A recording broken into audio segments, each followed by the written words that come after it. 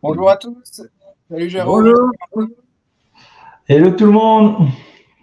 Comment ça va dans le chat? Il y a déjà du monde, je crois. Il y a déjà des gens qui parlent. Ah oui. Il y a déjà Jérôme qui parle. Je ne le connais pas trop, lui. Oh. Yeah. Edouard, salut Yannick, salut Jean-Michel, Mathieu. Bienvenue à tous. Oh ben, nous voilà partis pour une nouvelle session de It's Time, la 13e du nom. Donc là, on va vous parler un petit peu. Alors, l'idée, c'était de dire les bonnes pratiques, mais on va dire un petit peu nos pratiques. À vous de dire également si vous faites différemment sur certains points, si vous considérez que ce qu'on fait finalement, c'est pas si top que ça, et puis qu'on pourrait mieux faire. On est à l'écoute aussi pour progresser avec, avec grand plaisir. Donc, ce qu'on s'était dit, Jérôme, c'est qu'on partage ton écran et puis tu as le fil conducteur un petit peu de la session. Ouais, c'est ça. Donc, je Comme vais ça.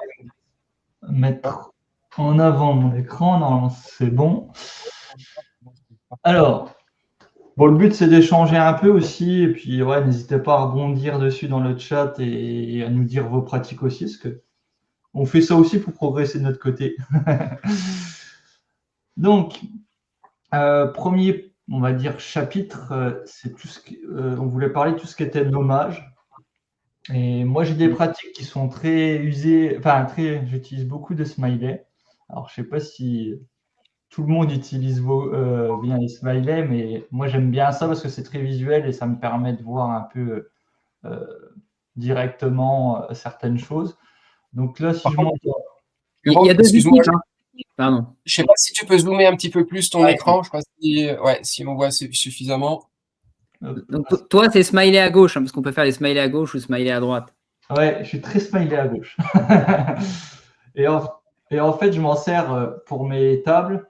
Je mets à chaque fois des smileys sous les tables. Et toutes les relations, à chaque fois qu'il y a une relation avec une table, je mets le smiley aussi. Comme ça, je sais direct, je peux aller chercher et voir si c'est une relation avec une table et que je sais que, enfin, visuellement, ça me parle direct, quoi, en fait. J'utilise souvent, par exemple, pour les clients, la petite usine, pour les contacts, le petit bonhomme, et puis j'en fais certaines comme ça assez souvent. Et bon, après, d'après ce que vous m'avez dit, il y a certains clients qui n'aiment pas trop. Moi, les clients avec qui j'ai travaillé m'aiment bien, mais, ou peut-être qu'ils n'ont pas osé me le dire, mais j'utilise assez souvent les smileys pour nommer aussi bien dans les tables, les vues et les champs. Donc, et même dans les vues, en fait, j'utilise souvent ma première vue. En fait, je crée une vue que j'appelle la première vue, la vue dev, euh, qui comporte tous les champs. C'est souvent, donc c'est ma première vue, elle est comme ça. Puis après, je vais créer mes vues utilisateurs. Et Je crois qu'effectivement, sur la première vue, Marco, on fonctionne un petit peu pareil que Jérôme. On a une première vue, alors qu'on appelle n'importe quoi, admin, dev, vue principale. mais Et dans laquelle on a absolument tous les champs d'affichés. ouais, tous les champs et pas de filtre en fait. Pas de filtre, pas forcément de tri, mais tous les champs, ouais. Ouais, pareil.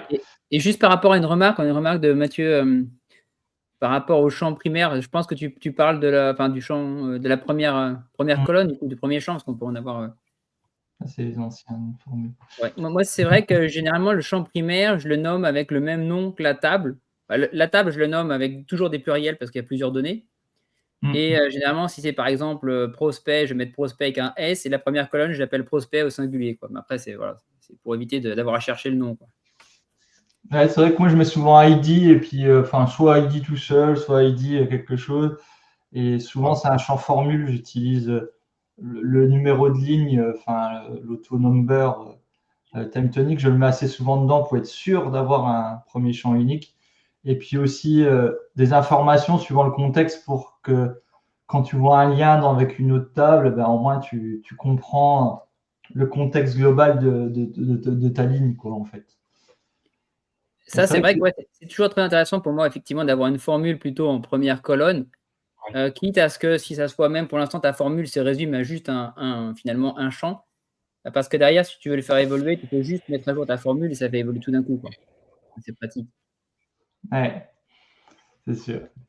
Bonjour à Xavier, Olivier, puis Mathieu était déjà là. Et puis Jean-Michel qui dit on dit smiley ou emoji. Je sais pas du tout. Moi je dis à chaque fois des Grande smileys. question philosophique. Et émoticône, ça se dit pas ou c'est autre chose? Non, ça n'a rien à voir. Ouais, Ouais. je sais pas si c'est exactement la même chose, mais j'aurais Ouais, je tendance à sais dire pas, que je sais c'est pas. presque une question de génération. Que Mmh. les smileys, c'est la génération des années 80, et puis qu'après, les plus jeunes, ils disent emoji. Ouais, c'est vrai que je suis un peu Je vieux. ne sais pas si techniquement c'est exactement la même chose en termes de codification, etc.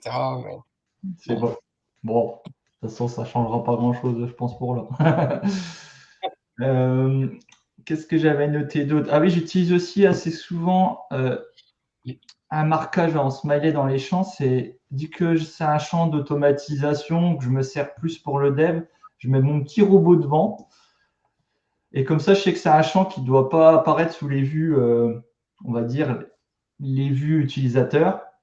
Et assez souvent, je regarde dans organiser les colonnes et je me fais un filtre. Enfin, soit je me fais un filtre là, soit je me fais un filtre sur la vue avec les champs. Et je regarde un peu tous ceux qui sont en vue. Tu vois, enfin, je fais ma recherche et je sais bien qu'eux, ils doivent être pas en lecture si c'est une vue utilisateur. Comme ça, je me dis, tous ces champs-là, bah, ils ne doivent pas être visibles pour les utilisateurs. C'est plus des champs, on va dire, de logique ou de formule, ou etc. Après, là, tout à l'heure, tu parlais du nommage entre les Marco, entre les je mets un S ou je mets pas de S. Ouais, souvent, je vais mettre le S pour le nom de la table et le nom du champ, je vais pas mettre de S. Ouais, c'est Si ça. jamais il y a un nom qui doit être identique entre le nom de la table et le nom du champ, je vais mettre le S dans la table parce qu'elle contient la liste des enregistrements prospects, etc. Par contre, si j'ai un champ prospect, je vais pas mettre de S parce que c'est le prospect qui est concerné. Ça me Ouais. permet aussi rapidement de faire la différence quand. Voilà. Après, ouais, c'est ça que voilà, on parle beaucoup de nomenclature, mais c'est vraiment important de bien nommer, bon, ces tables, effectivement, ces champs aussi, déjà pour que ça soit plus clair, plus compréhensible et puis après aussi, il y a des choses, si jamais on renomme un champ, alors même on peut changer maintenant le libellé aussi, hein, mais en tout cas, le fait de renommer un champ ne va pas changer son code et notamment, si la nomenclature est pas correcte, on aura un code qui aura pas forcément un sens et si on veut générer des documents à partir de ce champ-là, voilà, bah, le code, il peut être bizarre. Si on l'appelle là, il s'appelle nom du projet, si jamais on renomme cette colonne-là en, par exemple, Toto, enfin, peu importe, bah, Ouais. derrière, ça sera toujours le nom du projet, quoi, donc ça peut être confusant, donc il faut faire attention au premier nom qu'on donne parce qu'à Ouais. moins de supprimer la colonne et la recréer, voilà, le code colonne, justement, il est invariant, ce qui est intéressant aussi de l'autre côté, mais ouais, il faut bien choisir son nom pour moi.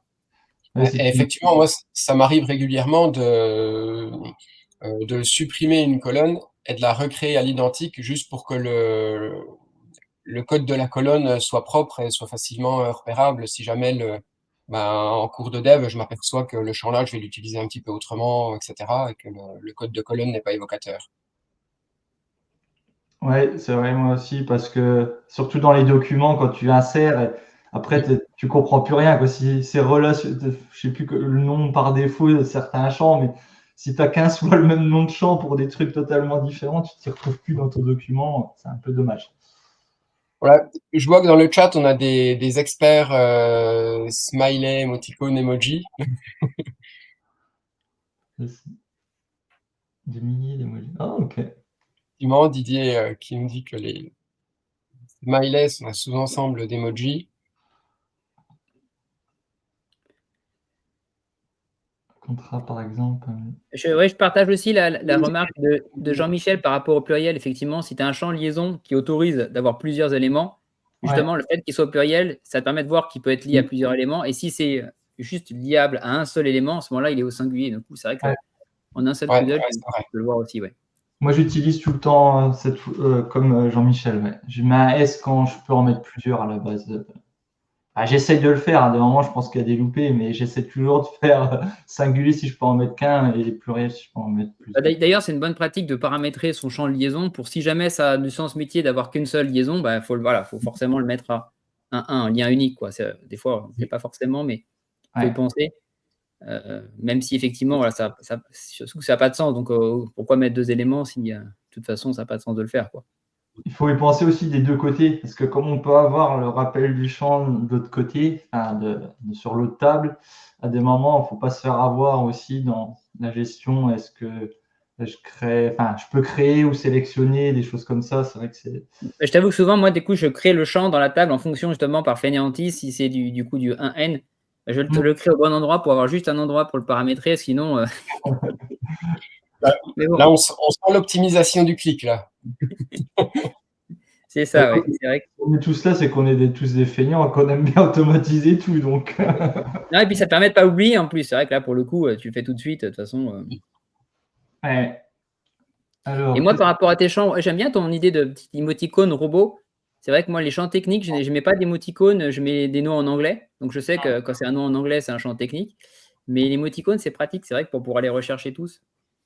bah ouais, Ouais, moi, pour je mets une voir. petite roue crantée quand c'est des automes, souvent, ouais. Qui revient Ouais, au même.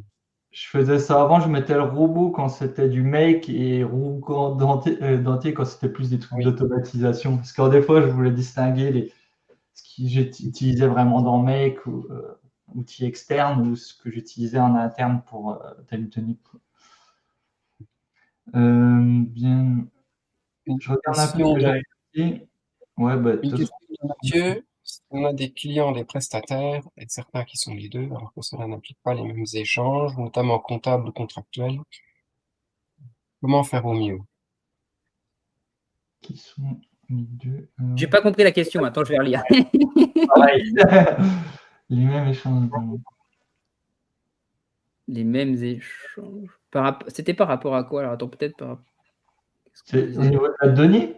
Enfin, si on a des clients, des prestataires, certains d'entre qui sont les deux.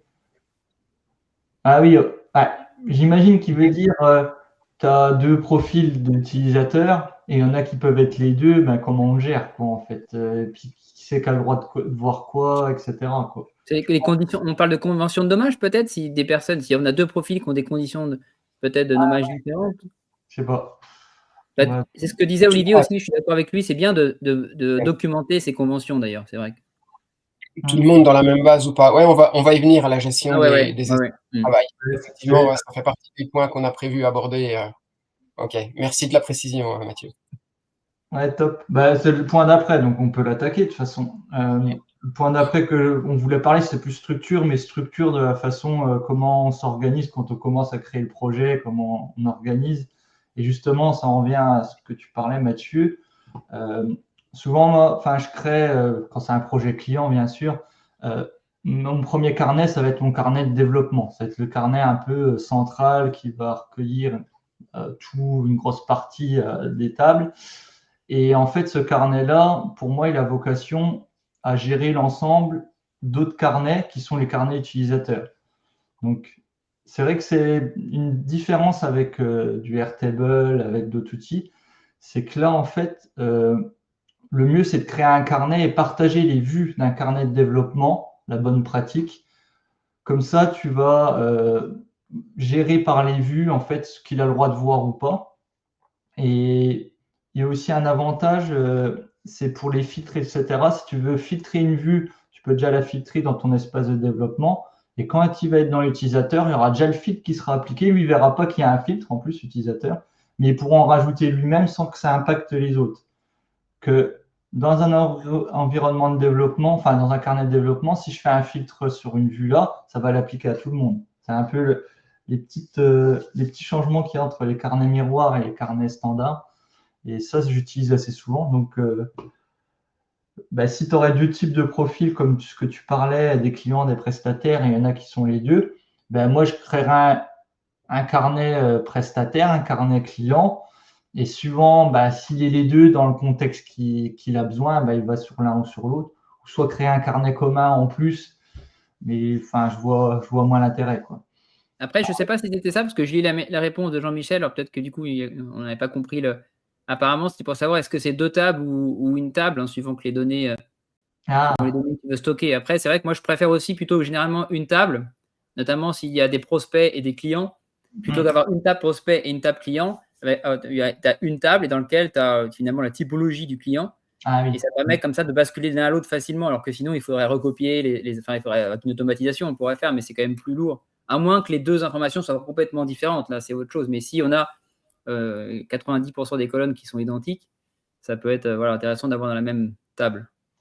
Ouais, surtout qu'en plus, pareil, un des principes que je fais assez souvent, c'est que mes clients ils sont tous en vue formulaire, en fait. Tu vois, je les passe tous en mode formulaire. Pourquoi? Parce que souvent, après, je vais gérer des champs aussi, visibilité conditionnelle et tout ça. Et par exemple, s'il est prestataire, il aura que les champs du prestataire avec les visibilités conditionnelles. Ou s'il est client, par exemple, ça va ouvrir la fiche, et je vais contextualiser en fonction des champs qui sont visibles par rapport au client. Donc ça, c'est vrai que je m'en sers bien de ça. Tout ce qui est visibilité de champ, etc. Donc visibilité conditionnelle et lecture seule conditionnelle et la vue formulaire. Ouais, clairement, c'est vrai que j'ai quasiment jamais des grilles en édition directe, quoi, finalement. J'impose toujours de passer par le mode fiche, sauf si c'est vraiment une volonté du client, hein, qu'il aime bien les tableurs et qu'il s'y retrouve mieux en faisant comme ça. Mais voilà, sur des cas simples, ça va, mais dès que tu veux gérer des règles de métier, tu peux plus quand c'est comme ça. Ouais, c'est ça. Et en plus, c'est source d'erreur souvent pour les clients, je trouve. Après, j'ai certains clients qui l'utilisent, c'est plus pour de la modification en masse de valeurs ou que c'est un peu plus simple en vue table, mais c'est vraiment des vues très ponctuelles pour que, avec des gens qui maîtrisent bien l'outil pour être sûr qu'il n'y a pas de bêtises. Ouais, et puis pas des vues partagées à tous les carnets, justement, potentiellement. Ouais, puis en termes de workflow opérationnel, la vue fiche, ça permet avec les visibilités conditionnelles qu'on n'a pas en vue table, etc., ça permet d'être beaucoup plus fin, d'afficher vraiment les informations au fil du procédé, au fil du processus. Ça permet les regroupements, là, comme on voit, projet commercial, stats, divers, qui permettent de bien catégoriser. Pareil, sous les vues fiches, assez souvent maintenant, c'est Caroline, enfin quelqu'un avec qui je travaille qui fait ça, et c'est vrai que j'ai pas mal repris le truc maintenant, c'est de créer des smart texts avec l'explication du workflow pour les clients en fait. Enfin, je crée un smart text, ce sera un multiligne, mais le smart text permet de mettre un peu de couleur, que ça soit un peu plus beau. Et pour certains cas, par exemple, si on est dans tel process-là, que ça m'affiche le smart text qui est contextuel et qui explique aux utilisateurs, si tu fais ça, ça va déclencher ça. Enfin, on explique, on donne du contexte, on donne de l'explication, un peu comme une petite doc. C'est plus souvent en début d'utilisation d'une solution au tout début, mais c'est vrai que j'aime bien qu'il y ait un peu de renseignements supplémentaires ou que les gens ils comprennent un peu comment ça fonctionne ou ce que tu as imaginé dans ta tête. Pour reprendre justement ce smart text, ça peut être bien aussi de le mettre dans une smart page pour la documentation, par exemple, globale aussi du carnet, par exemple. Oui. De toute façon, de manière générale, faire une doc, c'est plutôt bien. Hein. Enfin, surtout faire une doc, de la mettre à jour. Ça, c'est aussi un gros problème. Sinon, des fois, on fait une doc et on ne la met pas forcément à jour. Ça faut vraiment qu'elle soit à jour. Sinon, presque mieux pas de doc qu'une doc pas à jour. Et puis après, tu peux effectivement la mettre dans une smart page. Et Ça, c'est C'est pas vrai que mal. les smart pages pour ça, c'est quand même hyper pratique parce que, on peut, on peut intégrer, un Miro, un Whimsical, on peut intégrer du Google Doc, enfin, on a vraiment, une grande latitude, pour mettre de l'information Ouais, qui est accessible, bah, ensuite qu'on peut partager en fonction de à qui on veut le partager. Donc ça peut être une doc un peu plus technique qui sera, dans l'espace admin ou ça peut être une doc, un peu utilisateur et on arrivera à partager la page, bah, sur les carnets qui vont bien pour les utilisateurs, concernés. ouais. Mais c'est vrai que je crois qu'on tous les trois on le fait, mais assez souvent, tu as un petit musical ou un Miro du schéma de la base de données ou au moins un schéma, enfin, au moins une explication un peu du cheminement des tables, etc. Bah, c'est vrai que de le mettre dans le carnet de développement, bah, c'est pas mal parce que quelqu'un qui va revenir derrière, il va plus vite comprendre et contextualiser un peu pour dépanner, pour aider, même pour que le client pour qu'il comprenne. Bah, d'ailleurs, je pense que même, il faut presque commencer par là pour moi avant dans le projet. Enfin, moi, je commence par faire Mm. un diagramme. Il y a des tables pour réfléchir un peu, voilà, aux liens entre les entités, les choses comme ça et pas partir en bille en tête pour créer les tables à la volée, les faire vite parce qu'après quand on veut faire des modifications de structure un peu importantes, c'est toujours un peu galère. Il vaut Mm. mieux bien y réfléchir pour moi et surtout en essayant de penser à est-ce que dans un futur proche, ce comportement va être amené à peut-être à changer. Dans ce cas-là, effectivement, il faut peut-être que je prévoie une table de liaison dès maintenant, même si pour l'instant, ça va être une liaison unique. Pas forcément non plus prévoir trop complexe si ça n'a pas lieu d'être, hein, mais il faut bien réfléchir à finalement qu'est-ce qu'on veut faire aujourd'hui, qu'est-ce qu'on va faire demain, et Mm. pour éviter voilà, de partir d'emblée sur un développement qui va être finalement obsolète après-demain ou qui ne répond pas forcément aux besoins. Rien qu'avec le schéma, déjà, je trouve qu'on commence à bien voir les choses, hein, avec, Et je dirais que la documentation de la structure, elle est aussi importante parce qu'un des points, alors, petit clin d'œil, pour Jean-Michel et Benoît. Un des points, qui est toujours un peu, on va dire parfois piégeux avec TimeTonic, c'est quand on supprime un champ, on n'a pas d'alerte comme quoi il est utilisé ailleurs dans une formule, dans une autom, dans un lien et cetera. Donc le fait d'avoir la structure de la base, quelque part, ça permet avant de cliquer sur le supprimer, de faire un petit check, mmh. Où sont les liaisons, est-ce qu'on Ouais. l'utilise, etc. ouais, tu peux avoir effectivement un schéma d'architecture des tables et aussi un schéma fonctionnel finalement des liens avec externes. Si jamais voilà, tu as un mec qui va consommer certaines colonnes ou pas, ça peut être pas mal ça. Mm. Après, pareil, voilà, il y a une histoire de problème de temps aussi, hein. C'est vrai que ce schéma supplémentaire, des fois, ça dépend, on n'a pas forcément le temps de le faire, clairement. Par contre, le schéma des tables, je pense que c'est pas du temps perdu parce que ça va servir à moins d'avoir vraiment une application très simple à faire. Dans ce cas-là, on peut presque, voilà, avec l'habitude, on le fait direct sans schéma. Mm. Mais très vite, ça peut aider quand même. Ouais, Bah, souvent, le schéma des tables, moi je trouve ce qui est intéressant de le faire, c'est que souvent ça nous permet de nous poser des questions aussi sur sur la manière de faire du client, sur le projet qu'on veut modéliser. Est-ce que, enfin, ça permet de poser des questions au client sur sa manière de fonctionner. Est-ce qu'il utilise bien ça comme ça? Est-ce que Oui, ça peut être un support de discussion en plus avec le ouais, client, parce que c'est assez visuel de dire voilà, vous faites ça, vous gérez des cours, mais ça veut dire que, je sais pas, un professeur ne peut avoir qu'un seul cours. Enfin, si je donne un exemple, hein, s'il me vient à la tête, ah bah non, c'est pas possible, il peut avoir plusieurs cours. Ah bah oui, donc dans ce cas-là, c'est une autre relation, etc. Et c'est vrai que je pense que c'est visuel, donc ça permet d'échanger en amont plus sur les besoins et ça va nous aider pour le développer et ça va documenter l'application. Donc il y a trois intérêts, quoi. ouais. Bah, c'est souvent, enfin, j'essaye, quoi, c'est jamais simple à vendre, mais j'essaye de vendre un atelier en gros pour créer le cahier des charges avec le client et puis étudier ses process, etc. J'essaye de le vendre en amont et puis de faire ces schémas-là. Comme ça, après, ben, pour chiffrer, parce qu'en fait, au réel, pour chiffrer, c'est super compliqué quand il n'y a pas tout ce travail-là qui est fait, où tu le fais gratuitement, mais c'est compliqué. Et donc, c'est du temps et tout ça. Et donc, surtout sur des gros projets, c'est vrai que c'est une étape indispensable. Et schématiser les tables, c'est important, surtout quand tu commences à avoir du gros projet.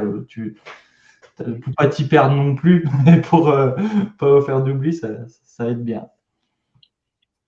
Et puis ça permet aussi aux clients de se rendre compte qu'effectivement, des fois, il y a besoin de une ou deux tables de jonction pour que ça fonctionne bien, que la mécanique, elle n'est pas juste j'ai une table de vie, une table client, et puis les deux sont liés. Non, il y a une table de ligne entre les deux. Enfin,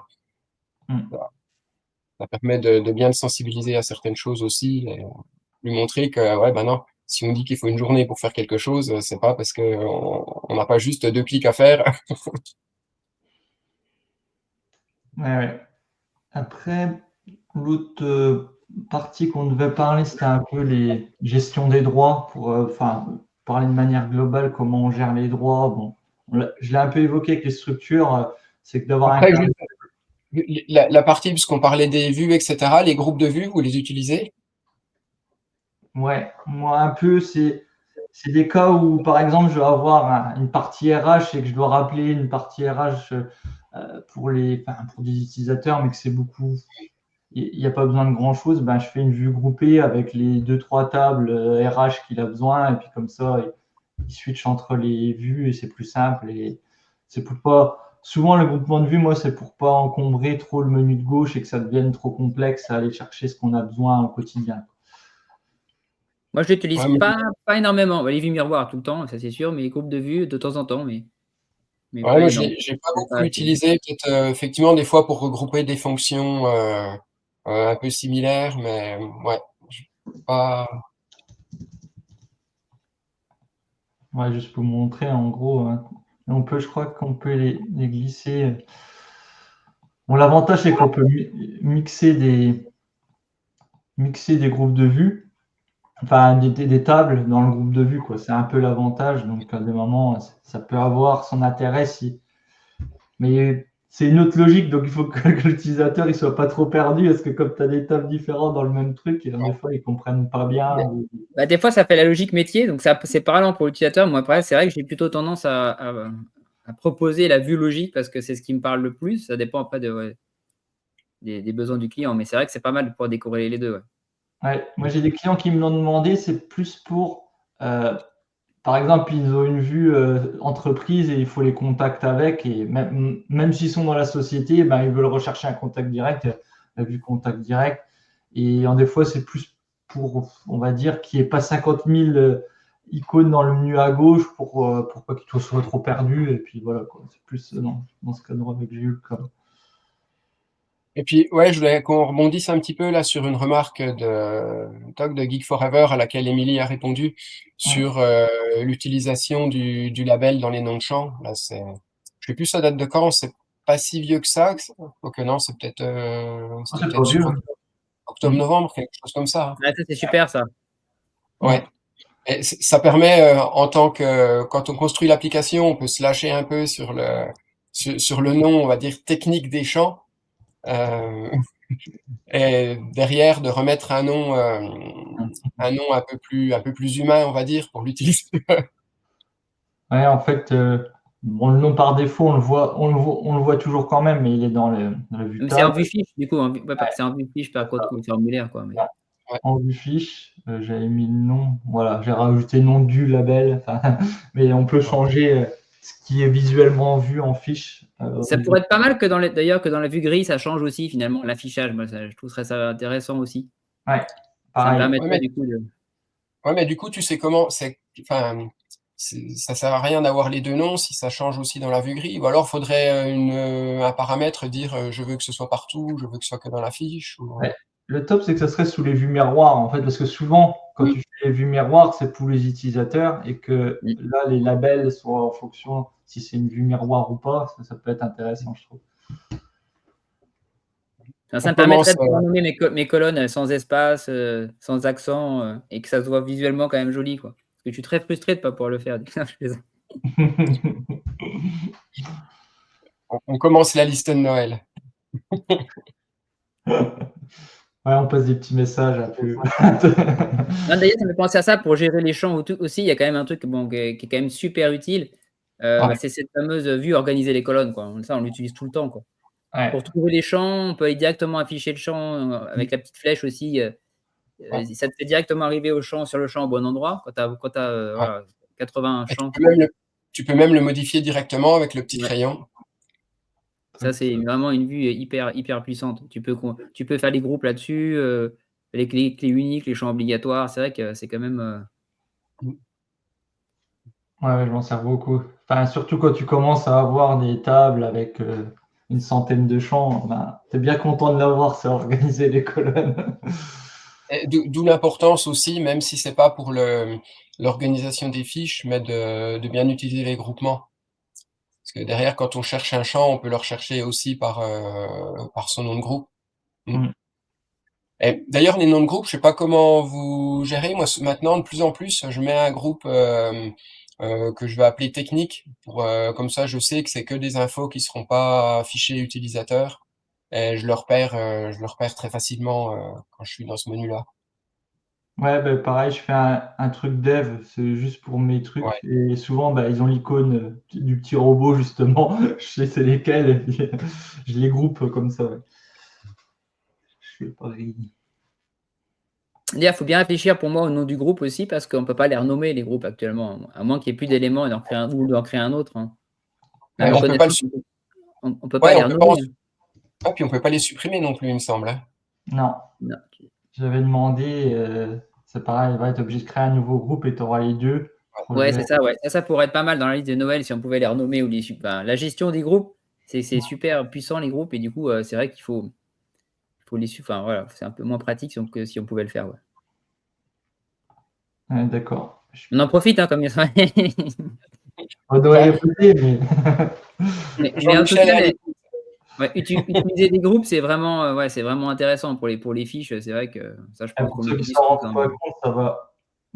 Déjà, il y a une vue générale comme ça, mais on a aussi qu'on clique directement sous le champ et ça met que les champs du contexte là. Et c'est vrai que je m'en sers souvent de ça, c'est de cliquer là pour dire bah, tu as que les infos qui concernent ce groupe-là. Et c'est vrai qu'en des fois, on s'y retrouve un peu mieux, quoi, je trouve. Et l'ordre d'affichage des groupes, c'est le premier champ de la table qui appartient au groupe, qui permet de Ça, par gérer contre, l'ordre. mais par contre, dans les formulaires, les groupes, on peut les changer, l'ordre. Ça serait super si dans les fiches, on pouvait faire la même chose. Hein. C'est-à-dire que peu importe, là, on a le groupe projet, on le drag and drop, je ne sais pas depuis où, hein, mais qu'on puisse le mettre où on veut. C'est vrai que ça, c'est comme dans les formulaires. Parce que les formulaires, avec la notion de groupe, on peut L'ordre des choisir. groupes et l'ordre des champs aussi. Ça, c'est encore autre chose, ouais, ça, c'est un deuxième. C'est une grosse thématique, je pense que c'est super compliqué. Mais je pense que l'ordre des groupes, ce serait déjà moins, je pense, moins. Oui, c'est plus facile, c'est plus Ouais, moins visuel, je structurant. pense, ça touche moins. Ouais. C'est sûr que ça serait intéressant. Ouais. Donc on a fait le tour là. Enfin, vous avez d'autres choses vous ou dans le chat? Je pense que. Ouais, juste, je pensais un petit truc quand on parlait de Whimsical. J'ai Whimsical en tête. Si on veut l'intégrer dans une smart page, il ne faut pas prendre le lien qu'on partage, mais il faut prendre l'iframe et prendre l'URL de l'iframe. Et là, dans ce cas-là, ça marche. C'est une petite astuce, donc ça fonctionne, mais il ne faut pas prendre le lien directement. Il y a des éléments. Je ne sais pas, il y a d'autres choses que Whimsical aussi comme ça, peut-être. Où tu prends le lien de l'iframe. Pour Miro, ça marche comment, Jérôme? Parce que je crois que t'es plus Miro. Ouais, enfin, mais j'utilise le lien embed et je sais pas si ça marche peut-être avec le normal, ce Miro. Je crois qu'il y a tout qui marchait parce que je pouvais même utiliser Miro directement dedans, tu vois, en smart page. Je m'en Ouais, il me sers. semble que Miro, le lien fonctionne. Mais parce que c'était pas mal, je travaillais directement dans Miro sur TimeTonic, c'était marrant. Ouais, bah, on peut faire ça, pareil, avec tout ce qui est Google Doc. Ouais, Mm. on peut travailler dedans directement. Et Je sais c'est pas si Notion. on peut mettre une page Notion ou pas pour ceux qui utilisent Notion. J'ai jamais testé. Non, ça marche pas. Moi, j'utilisais Notion et c'est pour ça que pour certaines docs, j'étais obligé d'utiliser d'autres. Après, si tu la mets peut-être en public, il faudrait que je réessaye avec lien public et tout ça. Mais Ah oui, bah oui, ça doit être un lien public, j'imagine. Ouais. j'avais essayé et même avec le lien public, ça marchait pas. De souvenirs avant. Mais c'est plus Notion qui bloquait des trucs, je pense, tu vois, l'embed, Ah oui. plus que TimeTonic qui ne le montre pas, tu vois. Je crois que c'était À mon avis, c'est à ce niveau-là, hein, généralement, quand c'est bloqué. Hein, c'est que c'est le source qui n'autorise pas le. le partage de cette façon. Ouais. Il y avait comme thématique aussi la gestion des droits. Récemment, j'ai eu un gros projet avec de la gestion de droit, enfin, on va dire 3 profils utilisateurs qui sont la direction, en gros, l'administration et puis les chargés d'affaires, quoi, en fait. Et, c'est vrai que, enfin, les vues, il faut bien cadrer le truc au niveau de la gestion des droits et ce qu'ils ont le droit de faire, parce que il y a un truc qu'il faut faire attention, c'est dit qu'on est dans une vue et qu'il y a une relation. Par exemple là, en fait, là il y a une vue qui est sélectionnée quand il y a une relation. Donc il faut bien faire attention si, suivant les droits que vous voulez donner à ce profil-là, eh ben, qu'il ait la bonne vue. Par exemple, si vous voulez limiter qu'en lecture seule sous cette table, eh ben, il faudra bien mettre la bonne vue que vous avez créée en lecture seule si vous voulez qu'il soit bien en lecture seule au niveau de ses droits. Après, De je manière parle générale, parle pas des droits par rapport à l'utilisateur, parce que c'est vrai qu'il y a cette façon de gérer les droits qui est déjà celle-là, admin, utilisateur, limité, lecture seule. Mais là, ça va être pour toute la table, enfin pour toutes les tables du carnet. Bah là, c'est par espace de travail quand tu gères depuis là. Donc, des fois, souvent, c'est trop limitant, donc on est obligé de mettre en utilisateur, par exemple, pour qu'il ne puisse pas modifier un peu toute la structure, on va imaginer. Et après, on va créer des vues. Par exemple, moi, j'ai créé société, on va dire admin et société enfin, je vais marquer lecture seule, on va dire, hein, c'est des exemples. Mais comme ça, on crée des vues qui sont en lecture seule et comme ça, on partage celle-là dans les carnets et aussi dans les liaisons de carnets. C'est ça qu'il faut faire attention. de manière générale, les bonnes pratiques, c'est à chaque fois qu'il y a un champ de liaison, c'est de vérifier qu'il y a bien une vue associée, quoi. Ah ouais. Et d'ailleurs, ça me fait penser que maintenant, enfin, depuis un moment, je fais plus comme au début. Au début, j'avais tendance à créer pas mal de vues. Et après, je me suis rendu compte que quand j'ajoute un nouveau champ, il s'ajoute automatiquement dans la vue système, celle où on voit tous les champs, mais par contre, pas dans les autres. Ce qui fait qu'il faut passer vue par vue pour ajouter le champ. Donc, il vaut mieux créer les vues, on va dire, plutôt assez tard, histoire d'avoir pas trop à rajouter ces champs ou à les enlever suivant comment on veut que Ouais, trop tôt. quand tu dis il s'ajoute, mais il est invisible. Donc Oui, c'est oui, juste une sorte de il s'ajoute mais visibilité. invisible. Et du coup, voilà, si tu as créé 15 vues et que tu rajoutes un champ, tu vas prendre vue par vue pour rajouter ce champ. Voilà. En termes pour qu'il soit visible, quoi. Visible Ouais. différemment.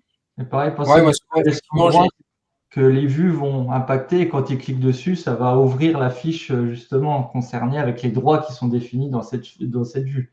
Donc, bien faire attention à ça, les failles qu'il pourrait y avoir si c'est mal géré, que ça ouvre une vue ou que vous ne vouliez pas qu'ils ont accès ou des informations qu'ils ne veulent pas avoir. C'est pour ça que c'est très important.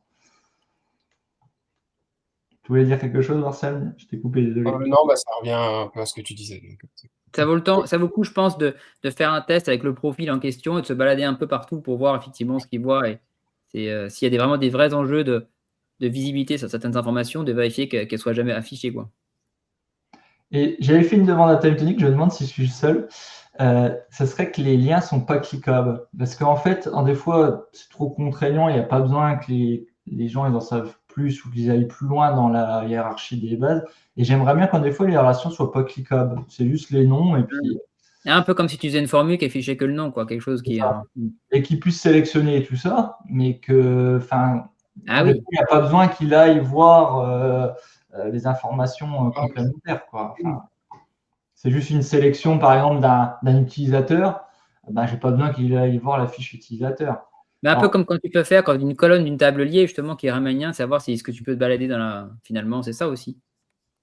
Quand tu as une colonne d'une table liée, il me semble que ouais. tu peux paramétrer le fait que tu puisses te balader ou pas sur la Ah ligne. oui, Tu sais, oui, c'est vrai, j'y pensais même plus, tu vois ce truc-là. Oui. ouais, un peu ce principe-là, je pense.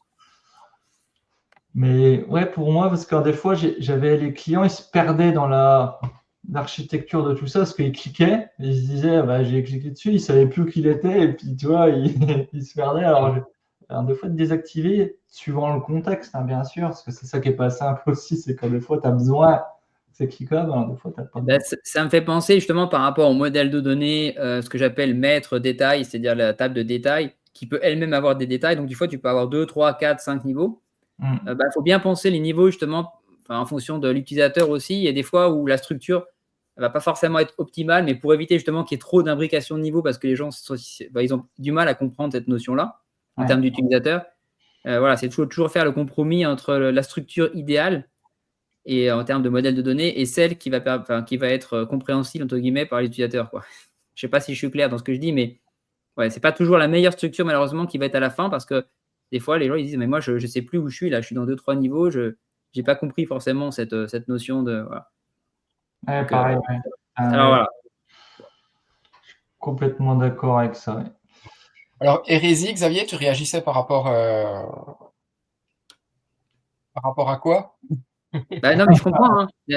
Pour moi, l'idée, c'est de faire la meilleure structure. Après, c'est vraiment si ça fonctionne pas Ouais. pour l'utilisateur qui a du mal avec ça ou voir si on fait des ajustements, hein, mais des fois, ça arrive, malheureusement. Donc, faut faire des compromis. Des trucs que tu devrais découper dans la base et que tu devrais Ouais. faire autrement, eh ben, tu le On simplifies. peut aussi changer de client, ouais, c'est une idée. Ouais.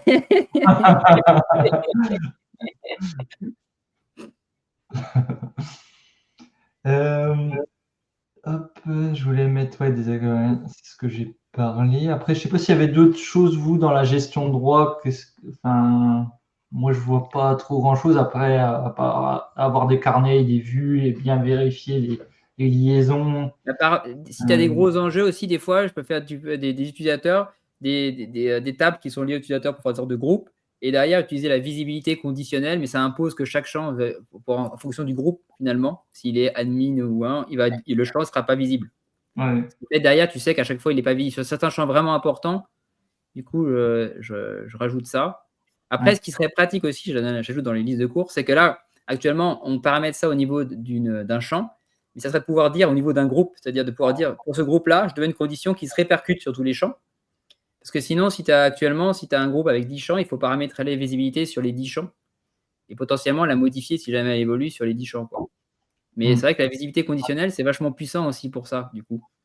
Ouais, même la lecture seule conditionnelle, c'est vrai que les deux, j'utilise vraiment très très souvent maintenant parce que pour bloquer un peu les choses, pour que ça soit que tu aies les vues soient bien, parlantes directement avec les infos suivant le contexte qui sont bien mis. Et puis, du coup, la visibilité conditionnelle, ça te permet d'avoir des champs obligatoires conditionnels quelque part, puisque un champ, même s'il est obligatoire, s'il n'est pas visible, il ne sera pas réellement obligatoire, quoi. Ouais. Donc, ça te permet d'avoir des champs obligatoires qui sont cachés, donc ils ne le sont pas, et si jamais ils sont visibles, là, ils sont réellement obligatoires suivant le contexte, quoi. Ça, c'est vrai que c'est vachement utile. Après, c'est pas mal aussi sous les vues, on peut avoir, on a des vues par défaut globales et des valeurs par défaut globales et des valeurs par défaut suivant la vue. Donc, des fois, ça, je m'en sers pour certaines contextualisations de vue. Et on peut aussi bloquer tout ce qui est ajout d'enregistrement, suppression, des choses comme ça. Et ça, c'est vrai que ça sert bien quand on fait des vues utilisateurs et qu'on ne veut pas qu'ils puissent supprimer, par exemple. C'est par là que ça peut passer pour éviter les soucis. En général, il vaut mieux bloquer un maximum de choses et ouvrir que ce qu'il y a besoin. Souvent, tu bloques tout et quand ils te demandent d'ouvrir, voilà, tu ouvres. C'est un peu ça, quoi. Parce que comme ça, ils sont contents, ils ont quelque chose en plus. Parce que si tu ouvres tout, puis d'un seul coup, tu enlèves quelque chose, il y en a toujours un qui l'utilisait et qui va dire ah non, mais moi, je veux pouvoir le supprimer partout, je sais pas où. Donc sinon, s'il n'est pas content, il faut changer d'utilisateur aussi, mais bon, ça commence à faire. Et tiens, une petite Non, tu développes que pour toi au final. Ouais, c'est ça. Non, il y a aussi quelque chose qui est vachement utile, je trouve, qu'il ne faut pas hésiter à l'utiliser, c'est les champs qui composent la clé unique pour éviter les doublons. Pour éviter les doublons d'informations, ça, c'est quelque chose qui est super puissant aussi. Ouais, ça évite effectivement les doublons et ça permet aussi d'éviter de bien gérer des mises à jour si on fait des mises à jour par import. Donc là, c'est vrai qu'avec ces trois colonnes, tu sais que tu n'auras aucune ligne qui aura les trois exactement identiques, quoi. Et du coup, vous utilisez souvent ou pas la fonction détection de doublons? Quand je peux cleaner des bases clients, je m'en sers. Ouais, moi, je m'en sers plus, c'est vraiment quand tu récupères une base pour voir s'il n'y a pas des doublons. Mais après, du coup, je mets des contraintes qui font que. Ouais. Mais ouais. C'est plus Là, je donner, suis en train de travailler pour réapporter des bases clients. vais faire hérisser quelques cheveux, hein, mais j'analyse tout ça sous Excel avant de les importer. Et lui, il m'envoie des Excel, donc je traite sous Excel et j'importerai quand ce sera propre. Mm. La partie gestion des doublons, etc., finalement, je la traite, Ouais, tu la traites en amont. Ouais, avec je du la traite Power en Query amont. aussi. Après les doublons, ça m'a servi. Un client utilisait Time Tonic historiquement et il n'avait pas mis de clé unique. Il y avait X fois le même nom d'entreprise, de liaison et tout ça. C'était un peu le schmilblick là-dedans. Et c'est vrai que je me suis servi des doublons là pour lui indiquer tous les doublons qu'il y avait et qu'il fasse les corrections pour qu'il remette tout d'équerre et que je mette en place une vraie clé unique, tu vois, pour pas qu'il y ait de soucis, quoi. Moi, le client, quand je lui ai montré sa liste de doublons, il a pris une semaine de vacances.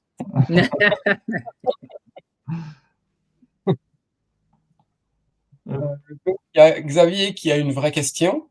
Tiens, Ah, bizarre. d'habitude, c'est des fausses. Il n'y a pas une IA qui fait ça pour nous, c'est-à-dire prendre des vacances à notre place, c'est ça, non? Non, ça ne doit pas être ça. Non, Non, les là, doublons? c'était par rapport à la gestion des doublons.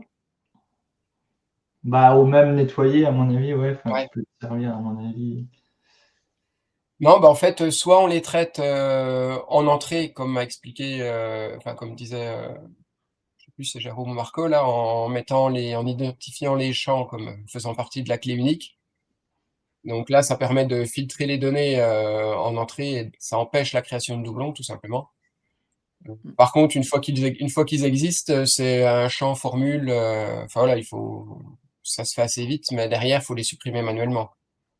Parce que de toute façon, oui. Bah, du coup, là, la détection de doublons, c'est que tu as une case à cocher, voilà, tu as tous les éléments, tu peux tous les sélectionner. Et c'est assez pratique hein, pour les traiter, du coup. Ouais. Ouais, je vais montrer parce que c'est vrai que Ah bah ça, les clés composées, ouais, c'est vraiment là. Ouais. détecter les doublons et en fait, tu dis, bah, je détecte sur quelle colonne, enfin, si ma clé c'est société, je veux voir tous les doublons, bah, je vais taper doublons. Bon, là, il n'y en aura pas, mais en gros, ça va cocher toutes les cases qui sont en doublon. Donc, tu Bah, peux faire une formule du coup, pour. pour l'exemple, fait sur le code postal, tu en auras peut-être. Là, a priori, ouais, tu as plusieurs. Le Charleville, donc tu en auras. Alors, effectivement, ça n'a pas de sens de chercher les doublons de code postal, forcément, mais Donc là, ça coche à chaque fois tous les doublons qu'il y a directement. C'est vrai que je m'en suis servi quelques fois. Plus pour nettoyer qu'autre chose, mais ça sert bien. Donc les solutions pour éviter les doublons, c'est les clics composés. Ouais. Tu peux déjà définir, de toute façon, c'est là que tu définis, soit dans le. C'était le. Non, Non, c'est dans l'avancée pour moi, je pense. Non en bas, un peu en dessous. Ah oui, voilà, ouais, j'avais pas vu. Je suis en zoom, donc j'ai pu composer la clé unique, et puis après, tu peux en mettre plusieurs pour composer la clé unique. Et ou sinon, c'est vrai que là, c'est visuel au moins. euh, Organiser les colonnes où tu sais les champs obligatoires, les champs de clé unique, etc. Non, ça, c'est très utile aussi. Et après, c'est vrai qu'il y a aussi. oui, en fait, bah, du coup, je sais pas si tu peux montrer l'exemple, Jérôme, en même temps, le contrôle pendant que qu'est-ce que ça fait quand tu as défini un champ en clé unique, Ah oui. Xavier, ce que ça donne. Non, comme ça, il lâchera peut-être Xano, puis il viendra sur Time Tonic. Ouais, je sais pas. En gros, il te quitte direct et il te fait la modification créée doublon a été annulée. Mais qu'au moment de l'enregistrement, je crois. Donc, Je crois que quand tu es en fiche, que tu commences à saisir, si tu changes de champ, tu dois avoir l'alerte là, non? ah ouais, ouais, tu l'as quand même. Ouais, Avant que tu aies fait toute ta saisie, c'est avant l'enregistrement. ouais. Ah si, c'est au moment de l'enregistrement, il a enregistré le champ de toute façon. Oui, il enregistre le champ, mais la totalité du record n'est pas enregistrée. C'est ce que je voulais dire. Mais après, tu peux aussi. Ça, c'est pour les doublons. Après, tu peux vérifier le contenu avec des regex aussi. Ça, Ouais, c'est ce que je voulais ça, montrer ouais. juste avant. Ça, pareil, hein, des fois, bah, suivant, on ne sait jamais. Attends, hop, je vais mettre. J'étais sur quoi? Si, j'étais là-dessus. Expression régulière de validation. Donc, si on veut mettre du contrôle un peu de formulaire, en gros, avec des regex, tu veux, par exemple, un numéro de commande est toujours de 14 chiffres, enfin, des choses comme ça, bah, tu peux avoir tes expressions régulières pour être sûr que c'est bien le bon format attendu de données que tu veux. Surtout avec ChatGPT et tout ça, ça aide. Enfin, pour ceux qui ne connaissent pas par cœur les expressions régulières, ça aide bien. Il faut bien vérifier, mais ça fait pas mal le taf quand même.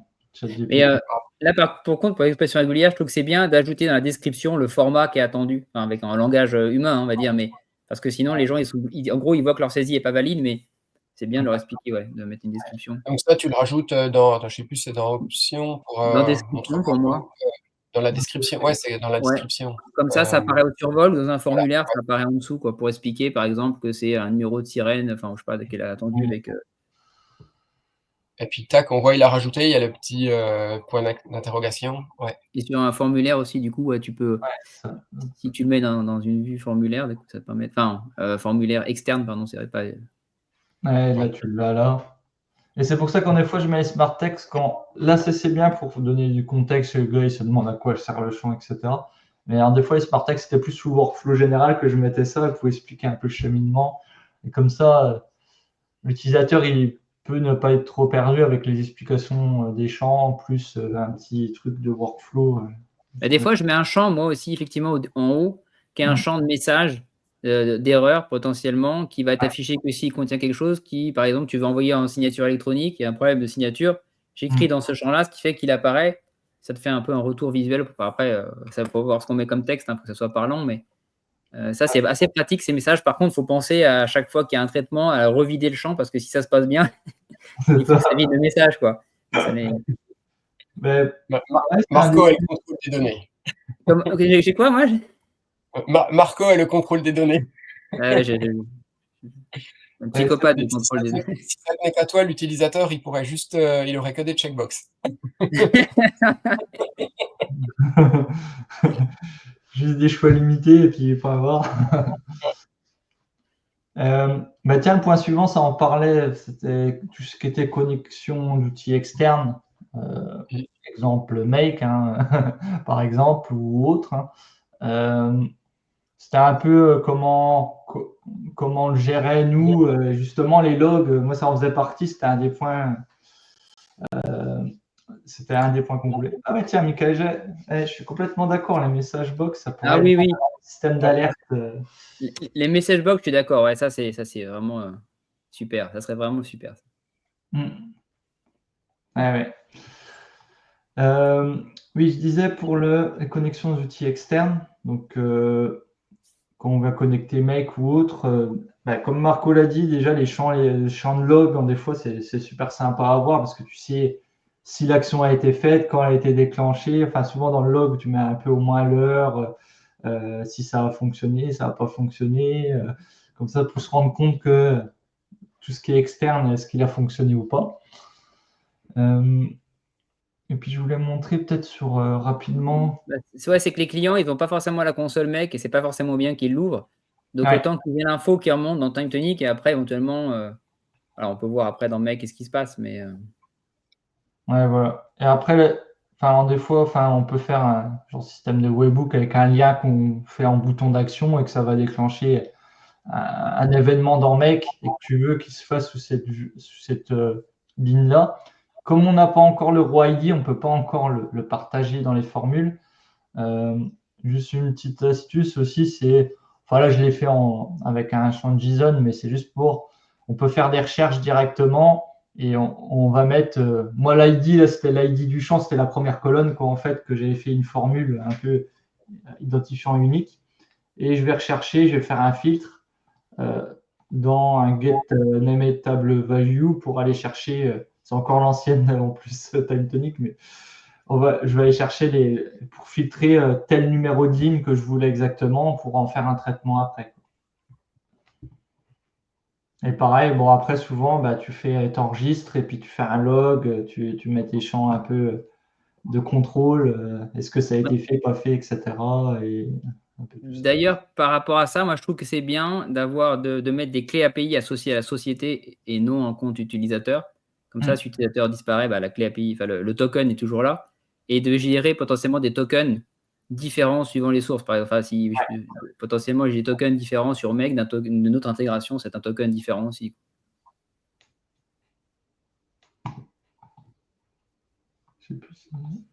Je sais plus si on les voit. Enfin, faudrait que je les mette là, mais je Ouais, tu peux les avoir dans. sais plus Bah, s'ils sont visibles ou pas. Parce que ça ah oui, va. non, la fiche paille, ça va être visible, ouais. Ouais, ça va être visible. Ouais, voilà. Donc, Ouais, je vais ça pas le va être faire. visible. Donc, ouais, dans paramètres, ouais, on peut créer plusieurs tokens API, plusieurs clés API, et du coup, faut pas hésiter à en créer plusieurs. Hop. Qu'est-ce qu'il y avait d'autre? Webhook, log, j'avais noté. Ah, Enfin, ouais, après, les webhooks, pour moi, il y a aussi deux façons de les appeler. Alors, soit du coup, avec, voilà, tu peux les appeler directement avec le bouton. Mais il y a aussi au sein d'une atom, ça peut être, on peut faire du coup ouais, et là, quand on veut les appeler, en tout cas actuellement, il faut un peu utiliser une ruse avec un champ pièce jointe c'est ça. fake, un faux champ pièce jointe et écrire dedans, et il va résoudre le webhook et il va appeler le webhook à ce moment-là, quoi. Ouais. Pareil, Ça marche. j'utilise les deux méthodes-là. Il y en a un, c'est la formule avec un concat URL, en gros, tu passes un paramètre avec enfin, les informations de ta ligne. Et en plus, il y a les boutons d'action qui permettent que c'est juste un bouton à cliquer. Alors des fois, je me sers de ça. Des fois, je me sers de checkbox aussi parce que comme ça, il peut appuyer qu'une fois. Je mets en lecture seule une fois qu'il est. Enfin, en gros, Ouais, il y a ça ça, puis bloque. tu vois, c'est ça qui est, ouais, c'est moins rapide quand tu fais ça, mais tu vois que tu as appuyé parce que visuellement, le bouton a été enfoncé. Alors que le bouton qu'appelle direct, ça va super vite, mais tu vois pas que l'action a été déclenchée, quoi. Ouais, Voilà, ouais. Bah, effectivement. d'où l'intérêt, je crois que Jérôme en parlait tout à l'heure, d'avoir une case, enfin un champ de retour. Comme ça, Ouais, tu vois tout de suite, l'utilisateur surtout voit tout de suite si son action a été prise en compte ou pas, et ça évite d'avoir un peu du clic compulsif. Bah, des fois, tu as un champ qui visuellement va apparaître quand tu as un retour, quoi. Mais les gens, ils attendent pas toujours, hein. Des fois, ils non. appuient, ils appuient plusieurs fois. Ah, bah, c'est ça. J'avais fait un système de blocage où je mettais en lecture seule la première fois qu'il appuie. Et en fait, les conditions de lecture seule, c'était par rapport à un autre champ. Et quand ça me validait sur Make que j'avais fait l'action, ça débloquait le champ et il y avait une autre qui dévalidait le truc.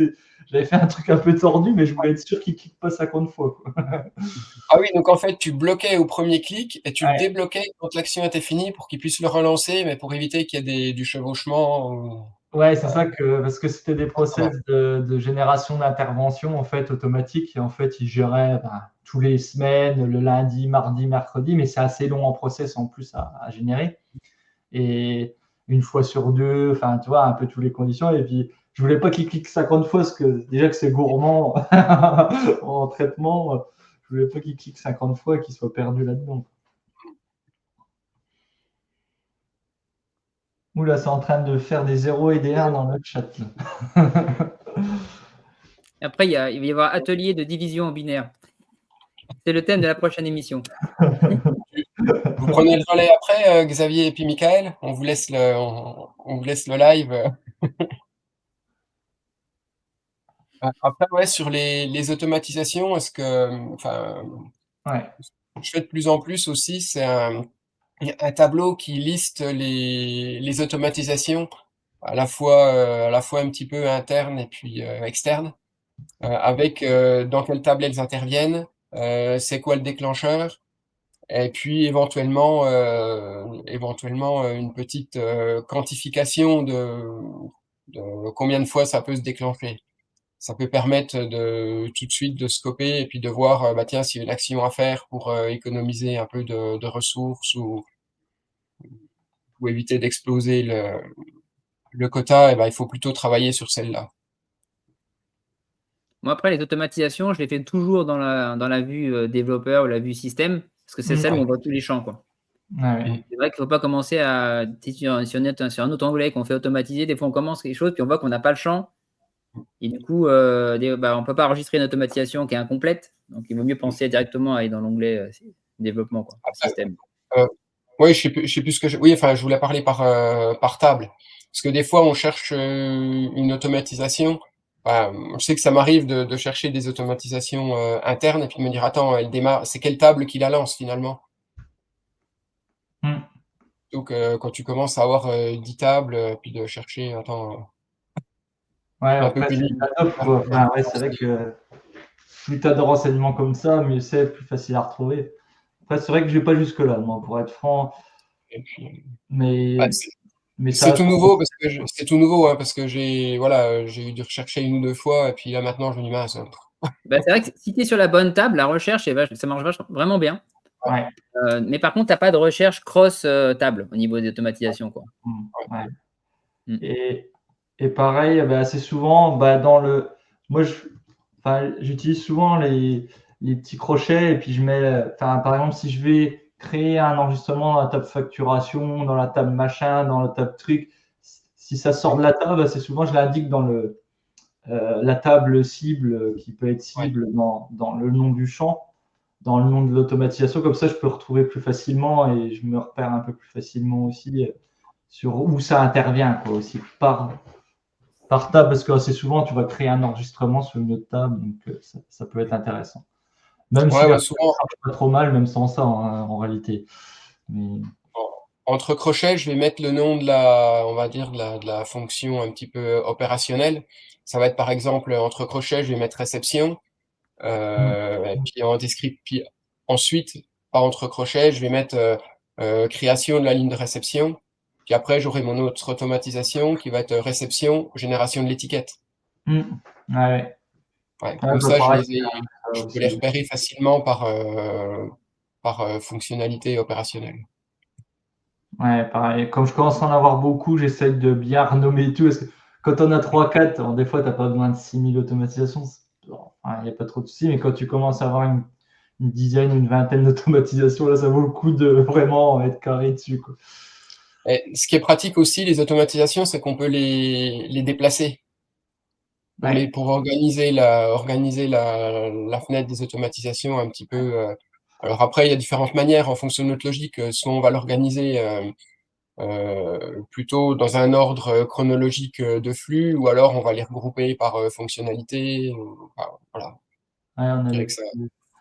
Si je mets- Comme a Alors dit justement, il Yannick faut au début, choisir un nom c'est parlant là. Je fais n'importe quoi. Je sais pas, je vais m'en servir un jour de cette table-là, je vais pas comprendre ce qui se passe. Mais après, désactive. tu peux les déplacer, tu peux les passer en inactive. Après, système, enfin, je vois Virtual Code, il a marqué un système de save as draft pourrait être intéressant. Ouais, sauvegarder comme brouillon. Mais après, tu peux passer en inactive. Donc, après, Oui, je mais je trouve pense ça pas que bizarre. tu puisses enregistrer une automatisation en inactif. Ah, je sais pas, j'ai pas testé. Essaie de créer une automatisation qui est incomplète, Ah oui, ok. Ah oui. tu vois, et si tu la laisses, tu la mets en inactive, est-ce que tu peux l'enregistrer? C'est ça que je pense pas. Non, non, je pense pas non plus. Non. Voilà. Alors là, il faut un nom, Ouais, hein, mais, évidemment. Tu vois, mettons que tu mettes un nom, et là, tu vois, tu peux pas non plus quand même. ouais, mais Ok, tu la passes active, tu enregistres et tu désactives, finalement. Ouais, mais je veux dire, pour moi, c'était dans le cas où on disait finalement, tu crées une automatisation dans une vue où tu vois pas ton champ, et Hmm. quelque part, du coup, tu te Ah oui, retrouves des fois à la supprimer ou à faire un truc bidon, et à quitte à revenir pour la remodifier, mais il faut faire attention.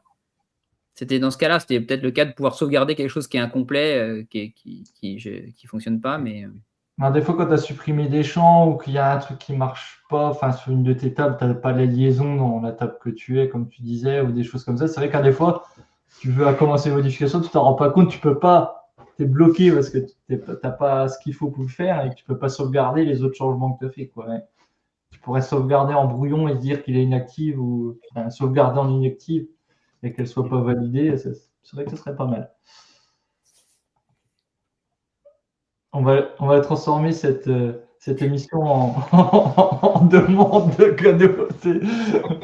ah, mais c'est plus fort que nous, à chaque fois, il y a toujours des petits trucs. Après, pareil, un autre truc, bon, encore rien à voir avec les automatisations, mais que je me sers assez souvent. Je crois que je dois m'en servir aussi là-dessus. C'est les filtres de sélection. Ouais, je dois m'en servir là-dessus. C'est-à-dire, parce que je ne sais pas si tout le monde est au courant et tout le monde s'en sert, mais c'est un peu des roll-up, quoi. En gros, on va avoir une table, c'est la table société, et j'ai des contacts dedans. Et je voudrais que mes contacts soient filtrés en fonction de la société. Est-ce qu'il y a déjà des contacts ou pas? Et ça, il faut servir pour info des filtres de sélection, filtres par lien partagé ou par colonne, valeur de colonne. Et on va pouvoir filtrer en fonction d'un autre champ les valeurs. Et ça, ça, pareil, ça sert bien, je trouve. Je m'en sers maintenant presque tout le temps. Et je sais pas si tout le monde s'en sert de ça, mais j'aime bien cette fonctionnalité-là. Ah oui, c'est génial. Ah, faut faire, évidemment, en termes d'ergonomie, il faut mettre les champs dans le bon ordre pour que ça soit. Ouais. Mais après, c'est vrai que. Avec les visibilités conditionnelles, à des moments, je faisais que le champ contact n'apparaissait pas. Je choisissais la société et après le contact, il apparaissait pour, tu vois, éviter un Ouais. peu les erreurs. Bah, au pire, c'est pas grave. S'il remplit dans l'autre sens, il voit toute la liste complète. Hein, ça marche aussi, mais c'est Ça juste. marche. Qu'est-ce qu'il y avait d'autre? Après, oui, ça dépend de ce que tu veux afficher. Une liste de contacts, c'est pas forcément gênant. Il peut y avoir des informations peut-être un peu plus sensibles ou, Non, mais des fois, je sais pas si tu as, je sais pas, mais imaginons des immeubles et tu as des contacts associés à un immeuble, tu t'associes, ouais, tu vois, tu affiches que ceux du. Ça peut être cohérent, ouais. Après, ce que j'aimerais bien, ça, c'est encore une demande, c'est que dans le filtre de sélection, tu puisses le faire filtrer par rapport juste à un champ, tu vois, enfin, que tu aurais créé toi-même avec une formule ou autre et que tu filtres par rapport à une donnée. Tu veux que ça soit filtré que par ça et en fait, je crée avec une formule mon champ parce que là, Ah oui. tous les filtres de sélection fonctionnent avec des liaisons en fait. Enfin, s'il faut que tu sois relié sur des tables, etc. pour faire le filtre. Et moi, ce Bah, que après, j'aime. non, tu as les sélections conditionnelles aussi. Avec les sélections conditionnelles, si tu peux faire des sélections sans lien, justement. Ouais, sans Mais c'est lien, vrai, mais mais c'est ouais. c'est plus, enfin, mais t'es obligé d'avoir une table. Enfin, c'est une table qui fait référence à tout ça, Mm, quoi. mm, Ouais. mm. Mais c'est vrai que pareil, bah ouais, ça c'est bien d'en parler, je pense, parce que c'est pas tout le monde qui doit connaître. Sélection liste d'une autre table. Par exemple, je vais mettre la table client. Hop. Donc on va mettre sous le premier champ, hein, sous le nom. Et en fait, on peut servir de ça pour faire des sélections sous les noms, par exemple. Après, l'exemple là, il est pas top, mais on peut sélectionner et mettre par exemple un autre champ qui est de type hop, tac. Moi, par exemple, texte conditionnel. Par rapport au client, on voudrait avoir. Euh, ça va pas être contextuel, mais je vais mettre la ville tout bête. Et à chaque fois qu'on va sélectionner, il va aller chercher la valeur qui est associée. Alors là, il n'y a pas de lien, donc ça permet quand on a des listes de prix ou des choses comme ça, par exemple, et qu'on ne veut pas que si on modifie le prix de son article, ça change tous les prix que tu as en base sur l'ensemble des enregistrements. Là, ça peut servir à ça si on choisit notre article et puis après, ça vient mettre le prix. D'ailleurs, c'est une bonne remarque. C'est toujours une question qu'il faut se poser, savoir c'est est-ce que la valeur doit être historisée ou pas. C'est-à-dire que finalement, si c'est un calcul et que ça, bon, il peut être valable, mais si tu changes les paramètres du calcul, bah, ça va impacter des anciens documents. Donc, effectivement, dans ce cas-là, il faut peut-être potentiellement soit historiser la valeur si c'est une vraie liaison dans une autre colonne, ou alors faire un test conditionnel.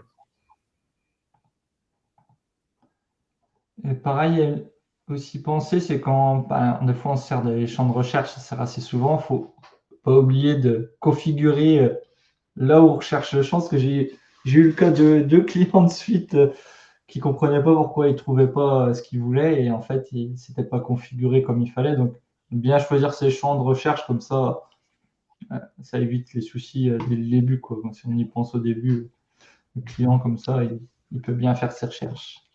Ouais, sachant que par défaut, ça prend les 10 premiers de la table, quand on configure pas. Et c'est 10 maximum.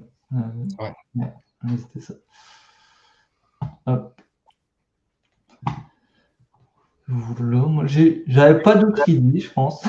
Non, je pense qu'on a fait à peu près le tour pour moi. Ouais, je pense qu'on a abordé pas mal de choses. En plus, on a le timing qui arrive à.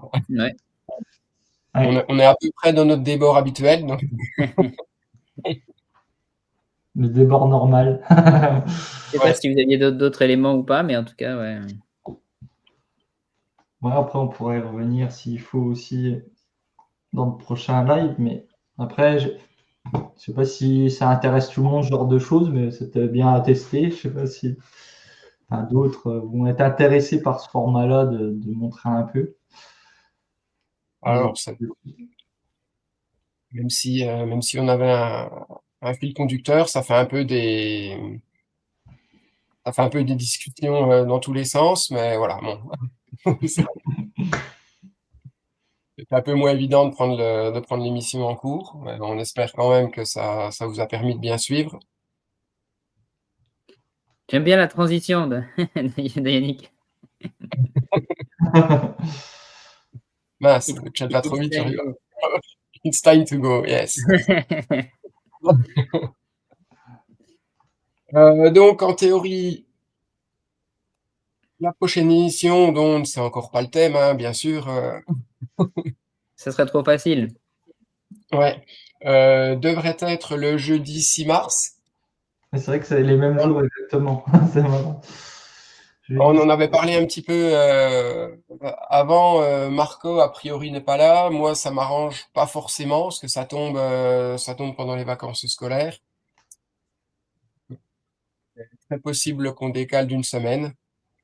On décalerait au 13, hein, c'est ça qu'on avait dit. Hein. Ouais, ça serait au jeudi 13. Du coup, bon, on vous confirmera tout ça en temps voulu, en essayant de faire un peu avant la veille, Ouais, ça serait bien. le temps qu'on check aussi avec le calendrier de nos Côtes France pour être sûr de pas télescoper avec une autre émission qui est déjà programmée. Ouais. Et voilà, mais a priori, donc, le deuxième jeudi du mois de mars, à confirmer. Normalement, le 13, ouais. Ouais. Ouais, c'est bon pour moi aussi. Et ben, bon après-midi à tous. Voilà, ouais. Si vous n'avez pas de commentaires, de remarques particuliers, laissez aller vaquer à vos occupations, professionnelles ou non. Je vois qu'il y a sous no code. Je vais chercher sous. Donc,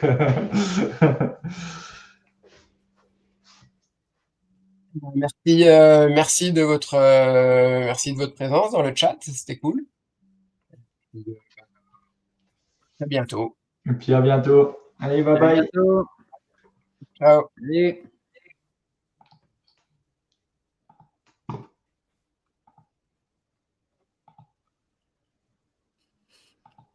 J'ai juste perdu la vidéo, c'est pas grave, ça y est.